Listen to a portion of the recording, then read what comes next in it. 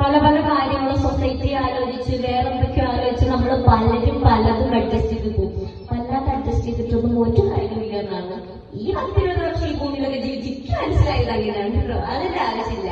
എപ്പോഴെങ്കിലും ഇനി ഒരിക്കലും നമുക്ക് തിരഞ്ഞെടുക്കാൻ പറ്റുന്നില്ല വെച്ചാൽ എപ്പോഴെങ്കിലും ഒരു തവണയെങ്കിലും നമ്മളെ ചൂസ് ചെയ്യുക, നമ്മളെ ചേച്ച് ചെയ്യുക, നമുക്ക് വേണ്ടിയിട്ട് സമയമില്ല. അത് ലേഡീസിന് വേണ്ടി മാത്രമല്ല, നിങ്ങൾക്ക് എല്ലാവർക്കും വേണ്ടിയല്ല. നിങ്ങളും ആരുടെ നമ്മളെല്ലാവർക്കും വേണ്ടിയിട്ടാണ് പറയുന്നത്. നമ്മളെ ഒന്നിനോടും ഒരു വിട്ടുവീഴ്ചയുടെ ആവശ്യമൊന്നുമില്ല. ചിലപ്പോൾ നമുക്ക് സ്നേഹക്കൂടുതലോടായിരിക്കും, പക്ഷെ ആ സ്നേഹക്കൂടുതൽ തന്നെ നമുക്ക് വേണ്ടിയിട്ട് വരുന്നത്. നമ്മളെത്ര ആത്മാർത്ഥത കാണിച്ചിട്ട് ഒരു കാര്യമില്ല, തിരിച്ച് നമുക്ക് കിട്ടുന്ന ഹേർട്ട് മാത്രമേ, പെയിൻ മാത്രമല്ലേ. അല്ലാതെ നമ്മൾ അതിൽ നിൽക്കണം ആവശ്യമുണ്ടോ? വേണ്ട. അപ്പൊ നമ്മൾ എന്ത് ചെയ്യാം? ഇതൊക്കെ വേണ്ട ജോലി ചെയ്യാൻ ഭയങ്കര ഇഷ്ടമാണ്. അപ്പൊ നമ്മൾ ഇവിടെ വരുന്ന ആ ജോലി എന്ത് ചെയ്യാം?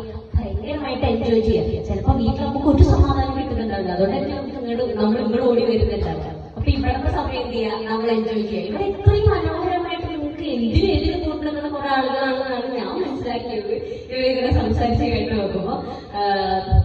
കാരണം ഞാൻ പറഞ്ഞില്ലേ, മനസ്സിലുണ്ടോ ചോദിച്ചപ്പോ നിങ്ങൾ ലക്ഷ്യമുണ്ട് വരെയൊക്കെ പറയുന്നത്. അപ്പൊ നിങ്ങളൊക്കെ ഇങ്ങനെ കൂടിയിരിക്കുമ്പോൾ നിങ്ങൾ ഒരുമിച്ച് ചിരിക്കുന്നത് കാണുമ്പോഴും ഓരോ കാര്യങ്ങൾ സംസാരിക്കുന്നത് കാണുമ്പോഴും ആ സ്റ്റൂളുമൊക്കെ ഫാൻ ഇടുന്നത് കാണുമ്പോഴും ഒക്കെ നമുക്കറിയാം നിങ്ങൾക്ക് ഇവിടുന്ന് കിട്ടുന്ന ഒരു പോസിറ്റീവ് അറ്റ്മോസ്ഫിയർ എന്താണ്, എനർജി എന്താണ് എന്നൊക്കെ നന്നായിട്ട് എനിക്ക് മനസ്സിലാവുന്നുണ്ട്. അപ്പൊ ഇവിടെ വരുന്ന നമ്മുടെ വർക്ക് സ്പേസിൽ നമ്മൾ വരുമ്പോ അവിടുത്തെ ടൈം നമ്മൾ ഭയങ്കരമായിട്ട് എൻജോയ് ചെയ്യാം. ഇതെല്ലാം തരണം ചെയ്യാൻ ഒരൊറ്റ ബാക്ക് സപ്പോർട്ടേക്ക് ഉണ്ടായിട്ടുള്ളൂ. അത് ഇന്ത്യത്തിലെ പാകുന്ന ചിലോ എന്ന് പറയാൻ ഒരു ഉമ്മച്ചാണ് എനിക്ക് ഉണ്ടായിട്ടുള്ളത്. പിന്നെ വേറെ കുറെ സ്നേഹങ്ങളും അതിന്റെ കൂടെ കൂടി ചേർന്നിട്ടുണ്ടെന്നുള്ളതാണ്.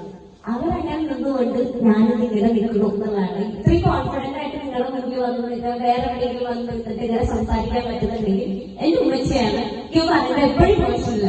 സബ്ജക്ട് ടീച്ചർ അവിടെ ഇല്ല വെച്ചാൽ അതിനകത്തിൽ ഇല്ല, അതായത് വേറെ എപ്പോഴും പറയാറുള്ളൂ.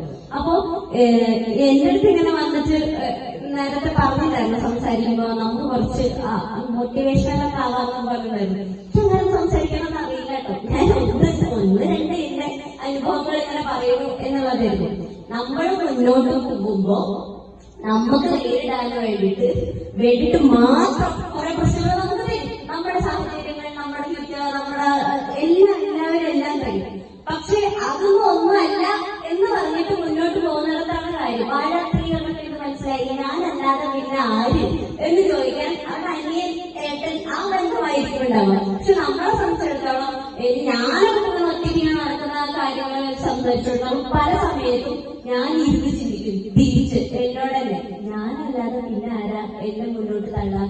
അത്രയേ ഉള്ളൂ. നമ്മളല്ലാതെ നമ്മളെ ചിലപ്പോ വേറെ ആരും പിന്നിൽ ഇങ്ങനെ ഫോഴ്സ് ചെയ്യാനുണ്ടാവില്ല. എനിക്കെന്റെ ഉമ്മച്ചിണ്ടായില്ല, പക്ഷെ അത് എന്റെ ഉമ്മച്ചിക്ക് പക്ഷെ അങ്ങനെ ആരും ഉണ്ടായിരുന്നില്ല. എന്റെ ഉമ്മച്ചിക്ക് അങ്ങനെ ആരെങ്കിലും ഉണ്ടായിരുന്നു. എന്റെ ഉമ്മച്ചിയായിരുന്നു എന്റെയൊക്കെ കടത്തി വേണ്ടി എന്നെ ഉമ്മച്ചി വേറെ വേറെ ഞാൻ ഉമ്മച്ചിനെ പറഞ്ഞ് കളിയാക്കാറുണ്ട്. കാരണം എന്റെ ഉമ്മച്ചി തമല ചെയ്യും, എന്റെ ഉമ്മച്ചി പാട്ട് പാടും, എന്റെ ഉമ്മച്ചി ഇതേപോലെ ഡാൻസ് പാട്ടൊക്കെ ചെയ്തിരുന്ന ഉമ്മച്ചിയാണ്. പിന്നെ മാരേജിനൊക്കെ ഉള്ള ഇൻസ്റ്റിറ്റ്യൂഷനിലേക്ക് വെക്കുമ്പോ സ്റ്റോപ്പായി പോയി. ഇപ്പൊ ടീച്ചറായി തുടരുന്നു, നന്നായി പഠിപ്പിക്കുന്നു എന്നുള്ളൊരു സെറ്റപ്പാണ്. പക്ഷെ തുടർന്ന് നമുക്ക് ജീവിതത്തിൽ വരുന്നുണ്ട് കേട്ടോ. ഇപ്പൊ ഞാൻ ഉണ്ടല്ലോ കൂടെ, പിന്നെ ചിക്കുണ്ടല്ലോ കൂടെ, ഇവിടെ ഒരു സ്നേഹങ്ങളുണ്ടോ കൂടെ.